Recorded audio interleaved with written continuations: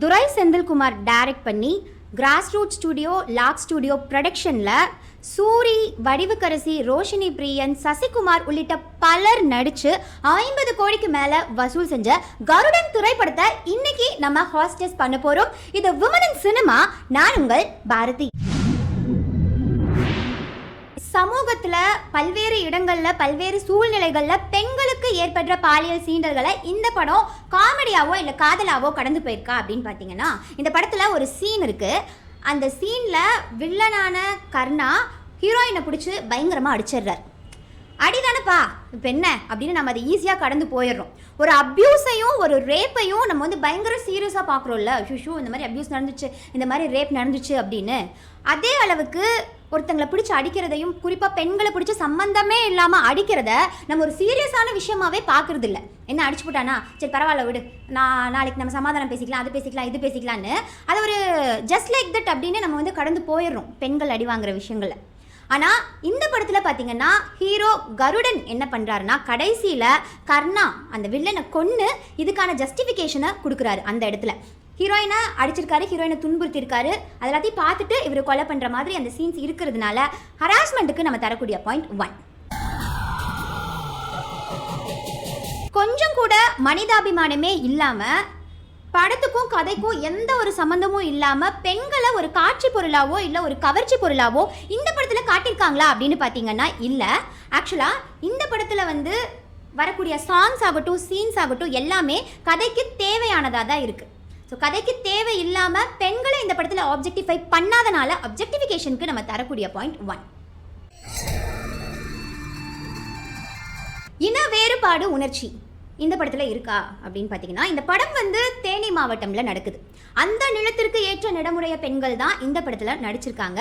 Heroine அப்படின்னா வெள்ளையா ரிச்சான கேர்ளா அப்படிலாம் போடாமல் நார்மலாக நம்ம ஊரில் பொண்ணு எப்படி இருக்குமோ அந்த மாதிரி ஹீரோயின் இருக்காங்க. அண்ட் ரோஷினி பிரியன் இதில் நடிச்சிருக்காங்க. அங்கைய கண்ணி அப்படிங்கிற கேரக்டரில் அவங்க கருப்பு நிறமுடைய ஒரு பெண். அவங்களுக்கு படம் முழுக்க முக்கியத்துவம் தரப்பட்டிருக்கு. அடுத்ததாக பிரிகிடா இதில் நடிச்சிருக்காங்க. அவங்களுக்கும் படத்தில் முக்கியத்துவம் இருக்குது. வடிவுக்கரசி அவர்கள் இதில் நடிச்சிருக்காங்க. அவங்களுக்கு ரொம்ப பெரிய பொறுப்புடன் கூடிய முக்கியத்துவம் இருக்குது. ஸோ கருப்பு நிற பெண்களுக்கு இந்த படத்தில் அதிக முக்கியத்துவம் இருக்கிறதுனால ரேசிசம்க்கு நம்ம தரக்கூடிய பாயிண்ட் 1.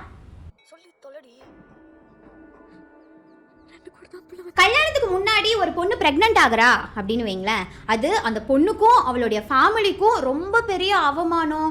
அவங்க வந்து வாழவே தகுதி இல்லாதவங்க. அண்ட் அவங்க ஃபேமிலி முழுக்க எல்லாருமே தற்கொலை பண்ணிக்குவாங்க அப்படிங்கிற மாதிரியான ஒரு ஸ்டீரியோடிபிக்கல் மைண்ட் செட் இருக்குது. ஆனால் இந்த மேரேஜுக்கு முன்னாடி ஒரு பொண்ணு பிரெக்னென்ட் ஆகுறாங்கிறது அந்த பொண்ணை மட்டும்தான் பாதிக்கும்.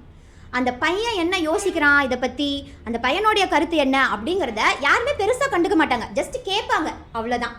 அதே மாதிரி இந்த படத்தில் பார்த்தீங்கன்னா ஒரு பொண்ணு மேரேஜுக்கு முன்னாடி ப்ரெக்னென்ட் ஆயிடுறா. உடனே ஹீரோயின் வந்து அதுக்குள்ளே உனக்கு என்ன அவசரம் அப்படின்னு கேட்குறாங்க. அந்த பையன்கிட்ட எந்த ஒரு கேள்வியுமே கேட்கல, ஏன் இப்படி பண்ண அப்படிங்கிறது கூட கேட்கல, அந்த பையன் என்ன நினைக்கிறான் அப்படிங்கிறது கூட ஒரு சீனில் கூட காட்டல. அது ஒரு பொருட்டாவே அவங்க வந்து கண்டுக்கல. இந்த பொண்ணு என்ன பண்ணுதுன்னா போய் சூசைட் பண்ணுற லெவலுக்கு கிணத்துல போய் குதிக்குது. ஒரு பெண்ணு தான் வந்து சூசைட் பண்ணிக்கணும், ஒரு பையன் வந்து அது காரணமான பையன் எதுவுமே பண்ண மாட்டான் அப்படிங்கிற மாதிரியான ஸ்டீரியோடிபிக்கல் மைண்ட் செட் இந்த படத்தில் இருக்குது. சரி, நம்ம சொசைட்டியில் இவ்வளோ பேசுகிறோம், மேரேஜுக்கு முன்னாடி ஒரு பொண்ணு ப்ரெக்னென்ட் ஆகிட்டானா அது ரொம்ப பெரிய குத்தம், அது ரொம்ப பெரிய கொலை குத்தம் அப்படின்னு நம்ம இவ்வளோ பேசுகிறோமே. இதே சொசைட்டியில் மேரிட்டல் ரேப் அப்படின்னு ஒன்று நடக்குது. ஒரு பொண்ணுடைய விருப்பமே இல்லாமல் அவளுக்கு வந்து கல்யாணம் பண்ணி கொடுத்துட்டு அங்கே அவங்களுடைய மாப்பிள்ளை வந்து அவளை செக்ஷுவலாக வயலன்ஸ் பண்ணும்போது செக்ஷுவல் ரிலேஷன்ஷிப்குள்ளே இருக்க முடியாமல் நிறைய பெண்கள் தவிச்சிட்டு இருக்காங்க. இதை அந்த பெண் வெளியில் போய் ஓப்பன் அப் பண்ணானா இதை கேட்குற பெண்ணோடைய வீட்டில் இருக்கிற எந்த ஒரு அப்பாவும் சூசைட் பண்ணிக்க மாட்டாங்க. அது அவங்களுக்கு வந்து ரொம்ப பெரிய அவமானமாக தெரியாது, அவங்க ஃபேமிலிக்கு எந்த ஒரு பாதிப்புமே ஏற்படாது. ஏன்னா இந்த சொசைட்டி அந்த விஷயத்தை கண்டுக்கிறதே கிடையாது. அதுதான் இங்கே ரொம்ப பெரிய ஆதங்கமாக இருக்குது. ஸோ மேரிட்டல் ரேப் அப்படிங்கிறது பரவாயில்ல, ஓகே, கல்யாணம் ஆயிடுச்சு, மாப்பிள்ளை இதில் என்ன இருக்குது அப்படிங்கிற மாதிரி சாதாரணமான விஷயமா எடுத்துகிட்டு போகிறோம். அந்த பொண்ணுக்கு அதில் எவ்வளோ அஃபெக்ட் ஆகிறா தெரியுமா அந்த பொண்ணு அதில் பாதிக்கப்பட்டு கிட்டத்தட்ட சாகிற நிலைமைக்கு கூட போகிறதுக்கான வாய்ப்புகள் நிறையா இருக்குது. இதை பற்றி நம்ம பேசுகிறதும் இல்லை, இதை பற்றி நம்ம கண்டுக்கிறதும் இல்லை. சேம் ஸ்டெரியோடிபிக்கல் மைண்ட் செட் இந்த படத்தில் இருக்குது. பெண்களுடைய டெசிஷன் இங்கே மதிக்கப்படுறதில்லை அப்படிங்கிறத விட அவங்க என்ன நினைக்கிறாங்க, அவங்களோட ஒப்பீனியன் என்ன அப்படிங்கிறத கேட்கறதுக்கு கூட நம்ம தயாராக இல்லை, நம்ம அதை கூட யோசிக்க மாட்டேங்கிறோம் அப்படின்னு நான் நிறைய வீடியோஸில் பேசியிருந்தேன். ஆனால் இந்த படத்தில் பெண்களுடைய டெசிஷன் மதிக்கப்பட்டிருக்கு. ஸோ அது ரொம்பவே பாராட்டத்தக்கக்கூடிய விஷயந்தான். ஆனால் அவங்க பெண்கள் எடுக்கிற டெசிஷனை மதிச்சிருக்காங்க. ஆனால் ஒரு சில பிரச்சனைகள் இருக்குது. அது என்னன்னு பார்த்தீங்கன்னா, இந்த படத்தில் அங்கேற்கண்ணி அப்படின்னு சொல்லிட்டு ஒரு கதாபாத்திரம், அந்த கதாபாத்திரம் ஒரு டெசிஷன் எடுக்கிறாங்க. அதை அவங்க ஹஸ்பண்ட் கர்ணா கிட்ட சொல்கிறாங்க. கர்ணா அதை ஃபாலோ பண்ணுறாங்க. கடைசியில் கர்ணா இறந்து போயிடுறாங்க. அதே மாதிரி தமிழ்ச்செல்வி அவர்கள் ஒரு டெசிஷன் எடுக்கிறாங்க. அதை ஆதி அவர்கள்கிட்ட சொல்கிறாங்க. ஆதி அதை ஃபாலோ பண்ணுறாங்க. கடைசியில் ஆதியும் இறந்து போயிடுறாங்க. ஒரு பெண் எடுக்கக்கூடிய டெசிஷன் எல்லாமே தப்பாக தான் போய் முடியும் அப்படிங்கிறத இந்த படம் பயங்கரமாக ப்ரொமோட் பண்ணுது. அதே ஸ்டீரியோடிபிக்கல் மைண்ட் செட் இந்த படத்துலையும் இருக்குது. அண்ட் இன்னொன்று பார்த்தீங்கன்னா, ஒரு சீனில் வந்து பிரிகிடா அவங்க வந்து சூசைட் பண்ண போயிடுவாங்க. ஏன்னா அவங்க ப்ரெக்னெண்ட்டாக இருக்காங்க அப்படிங்கிறதுக்காக. அவங்க லவ் பண்ணி ப்ரெக்னென்ட் ஆவாங்க மேரேஜுக்கு முன்னாடியே. அந்த சீனில் அவன் லவ் பண்ணுற பையன் இருக்கான்ல, அந்த பையன் வந்து ஒரு பொறுக்கித்தனமான ஒரு பையன். அந்த பையனை வந்து ஒரு வில்லனாக காட்டியிருப்பாங்க.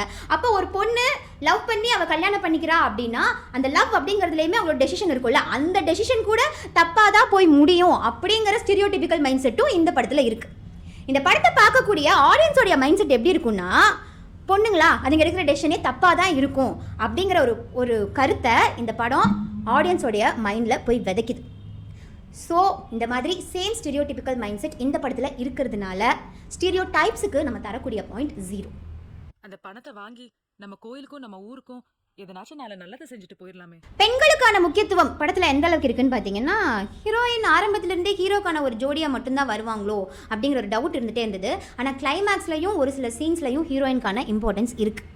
அதே மாதிரி ரோஷினி, பிரிகிடா, தமிழ்ச்செல்வி கேரக்டர், வடிவுக்கரசி அம்மா, இவங்க எல்லாத்துக்குமே படத்தில் வந்து பயங்கரமான இம்பார்ட்டன்ஸ் இருக்கிறதுனால ஸ்பேஸுக்கு நம்ம தரக்கூடிய பாயிண்ட் 1. ஓவரால் கருடன் மூவிக்கான ரேட்டிங் 5க்கு 4 பாயிண்ட். ஒரு சமூக பார்வை உரையாடலாகுது, உரையாடல் நடைமுறையா மாறுது, நடைமுறை பழக்கமாகுது, அந்த பழக்கம் வழக்கமாகுது, அந்த வழக்கம் தாங்க கலாச்சாரமா உருவெடுக்குது. ஸோ சினிமாவில் நடக்கக்கூடிய இந்த மாற்றம் நிஜ வாழ்க்கையிலையும் மாற்றத்தை ஏற்படுத்தும். அந்த மாற்றத்துக்கு நீங்க எல்லாரும் சப்போர்ட் பண்ணீங்க அப்படிங்கிற நம்பிக்கையில உங்களிடமிருந்து விடைபெறும் நான் பாரதி.